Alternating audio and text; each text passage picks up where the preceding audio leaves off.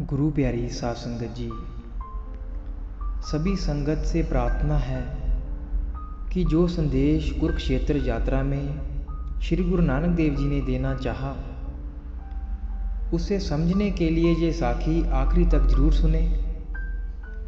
श्री गुरु नानक देव जी ईश्वर का नाम जपते हुए और समाज में ज्ञान का प्रकाश फैलाते हुए कुरुक्षेत्र पहुँचे।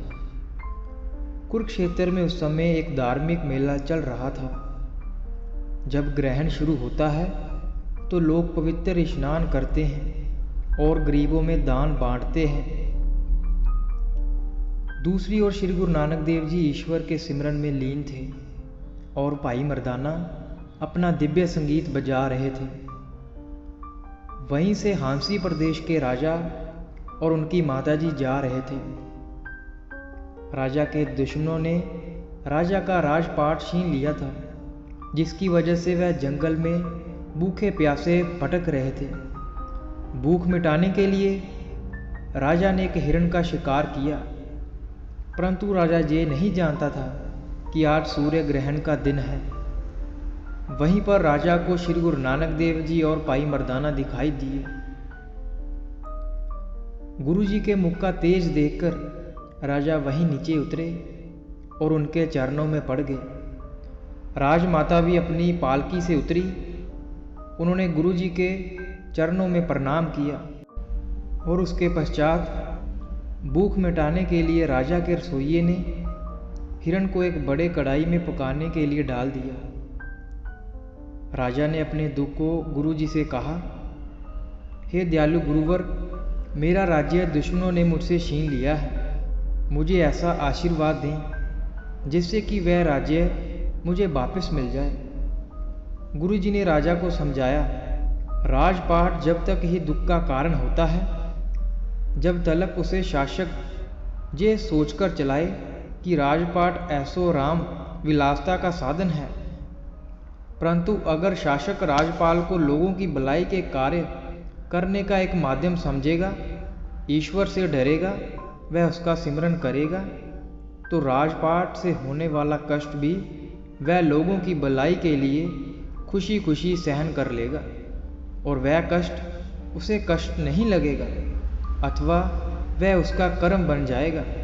हे राजन, अगर तुम ईश्वर को ध्यान में रखकर लोगों की भलाई करने के लिए राजपाट चाहते हो तो वह तुम्हें जरूर मिल जाएगा। दूसरी ओर हिरण पक रहा था। आसमान में जलती हुई लकड़ी का धुआं हुआ। मांस की गंध फैलने लगी। कुछ लोग लाठी डंडे लेकर वहां आ गए। पंडित जी बोले, घोर अनर्थ हो रहा है। सूर्य ग्रहण और जहां पर मांस पक रहा है। तुम लोग हिंदू नहीं हो सकते, बोलो किस धर्म से हो। गुरुजी बोले, भोजन इसलिए पकाया जा रहा है ताकि राहगीरों की भूख शांत हो सके। ये सुनते ही पंडित गुरु जी की ओर उन्हें मारने के लिए आगे बढ़े। आप लोग मेरी जान ले सकते हैं, परंतु ध्यान रहे, सूर्य ग्रहण में हिरण मारना मना है। तो इंसान को अगर मारोगे तो वह भी गलत होगा। जब हिरण मारना पाप है तो मनुष्य मारना भी पाप है। अगर आप लोग इस विषय पर विचार विमर्श करना चाहते हैं तो मैं इसके लिए तैयार हूँ। ये सुनकर लोग सोचने लगे। गुरुजी बोले, क्यों बात समझ नहीं आई? तो आपने विद्वान पंडितों को लाओ ताकि इस महत्वपूर्ण विषय पर हम एक गंभीर चर्चा कर सकें। हाँ, ठीक है, हम अभी विद्वान पंडित नानक को बुलाकर लाते हैं। पंडित नानक आग बबूला होते हुए गुरु नानक जी के पास आए और बोले, आदि काल से ही सूरज ग्रहण में भोजन पकाना मना है और तुम तो मांस पका रहे हो, घोर कष्ट सहना पड़ेगा। पंडित जी को जवाब देते हुए जो शब्दों का प्रयोग श्री गुरु नानक देव जी ने किया वह श्री गुरु ग्रंथ साहिब 1299 और 1290 में दर्ज है। और वह शब्द भाई बालाजी भी अपनी कुरुक्षेत्र की साखी में लिखते हैं, जिनका अभिप्राय है, सबसे पहले पिता के शुक्राणु से जीव का आरंभ होता है, फिर माँ के मांस रूपी गर्भ में उसका वसेवा होता है। जब पुतले में जान पड़ती है तब भी जीव रूपी मांस मुंह में मिलता है। इस शरीर की गर्त हड्डी, चमड़ी और शरीर सब कुछ मांस से ही बनता है। जब माँ के पेट से वह बाहर भेजा जाता है तो भी इस धन रूप में मांस खुराक मिलती है। इसका मुंह भी मांस का है, जीभ भी मांस की है, माँ से ही सांस लेता है। जब वह जवान होता है और विवाह कर दिया जाता है तो भी स्त्री रूप माँ से ही घर लेकर आता है, फिर माँ से ही मांस पैदा होता है।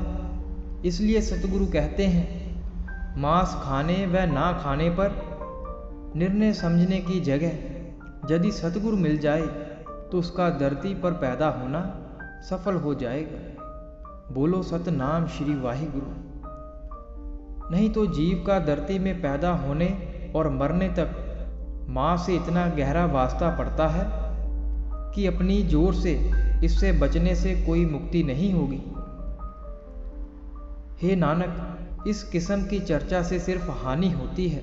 हे पंडित, तुम मांस मांस कहकर चर्चा करता रहता है, परंतु ना तो तुम्हें आध्यात्मिक ज्ञान का ज्ञान है, ना तुम्हें ध्यान की कुछ समझ है।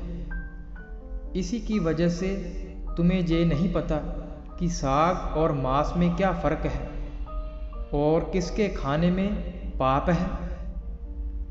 परंतु हमारे ग्रंथों में भी तो यही कहा गया है। पुराने समय में भी देवी देवताओं के स्वभाव के अनुसार गैंडा मारकर हवन और यज्ञ करते हैं। जो मनुष्य मांस त्याग कर जब कभी मांस देख लेते हैं तो वह अपनी नाक बंद कर लेते हैं, ये कहकर कि मांस की बदबू आ रही है। परंतु वही लोग रात में बैठकर मनुष्य को खा जाते हैं और उनका खून पीते हैं, अर्थात मनुष्यों का शोषण करते हैं। गुरु जी की इस बात में उस समय की बुराइयां शामिल हैं,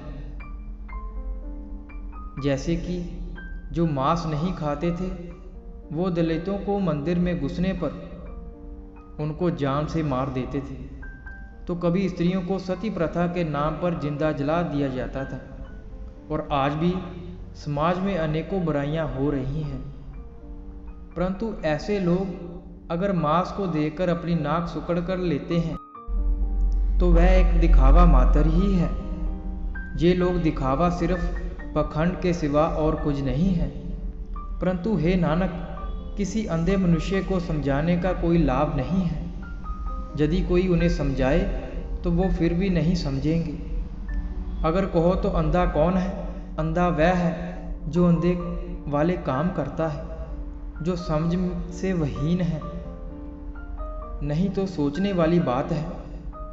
माता पिता के रक्त से हुए, जानी माँ से ही पैदा हुए और माँ से ही परहेज करते हैं। देखो, जब रात में स्त्री पुरुष इकट्ठे होते हैं तभी वह माँ से ही भाव भोग करते हैं। हम सब मांस के पुतले हैं, हमारा आरंभ मांस से हुआ, हम माँ से ही पैदा हुए हैं। परंतु ज्ञानी पंडित की मांस की चर्चा कर कर अपने आप को समझदार कहलाता है। इसको ना तो कोई आध्यात्मिक ज्ञान है, ना ही इसे ध्यान की कुछ समझ है। नहीं तो बताओ पंडित, बाहर से लाया हुआ मांस बुरा और घर का वरता हुआ मांस अच्छा है? पुराणों में मांस का वर्णन है, मजहबों की किताबों में भी मांस के प्रयोग का जिक्र है। जगत के आरंभ से मांस का प्रयोग होता चला आ रहा है। जग में शादी विवाह आदि कराजों में मांस के प्रयोग का प्रावधान है। जानी उन जगहों पर मांस बरता जाता रहा है। अगर ये सारे मांस बरतने के कारण नरक में पड़ते देखते हैं तो उनसे मांस त्यागी पंडित दान भी लेना छोड़ दो। नहीं तो तुम क्या समझते हो, दान देने वाला तो नरक में जाएगा और लेने वाला स्वर्ग में?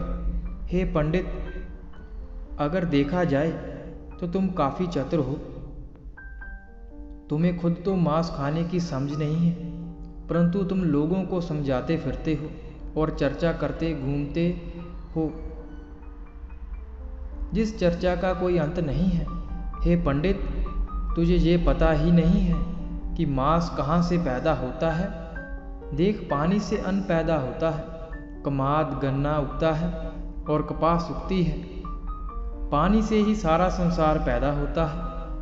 पानी कहता है कि मेरे द्वारा ही हर चीज़ का जन्म होता है। तो नानक जी कहते हैं कि अगर तू सच्चा त्यागी है तो वह सब छोड़ दे जो पानी से पैदा हुआ है। पंडित नानक गुरु जी का उपदेश सुनकर वाविमोर हो गए और बोले, मैंने जितने भी ग्रंथों की शिक्षा ली और मैं अपनी इंद्रियों से पहले ही जान चुका था कि एक दिन मानव रूप में नानक नाम से संत आएंगे। ये बात सोचकर मैंने अपना नाम नानक रख लिया था, परंतु आज मुझे मेरे नानक मिल गए हैं और अब से मैं नानक नहीं नानू कहलाऊंगा। और इसके पश्चात जो कढ़ाई में मांस बन रहा था वह खीर बन गया और गुरुजी ने सबको लंगर चखवाया। जो ऑर्गेनिज्म को मानते हैं, यानी दूध दही को भी मांस समझकर त्याग देता है, वो वेजिटेरियन, एगिटेरियन और नॉन वेजिटेरियन को पापी कहता है। जो वेजिटेरियन है वह एगिटेरियन और नॉन वेजिटेरियन को पापी कहेगा। जो एगिटेरियन है वह नॉन वेजिटेरियन को कहेगा और जो नॉन वेजिटेरियन है वह सबको पापी कहेगा, क्योंकि सब चमड़े से बने हुए जूते, बेल्ट, सोफ़ा, पता नहीं क्या क्या इस्तेमाल करते हैं। इसलिए सतगुरु कहते हैं, मांस खाने व ना खाने पर निर्णय समझने की जगह यदि सतगुरु मिल जाए तो उसका धरती पर पैदा होना सफल हो जाएगा। बोलो सतनाम श्री वाहिगुरु। साध संगत जी, इसी के साथ हम आपसे इजाज़त लेते हैं। कल मिलेंगे एक और नई साखी के साथ। अगर आपको ऐसे ही रूहानी साखियाँ सुनना पसंद है तो आप इस चैनल को सब्सक्राइब कर लीजिए और बेल आइकन पर जरूर क्लिक करें जी।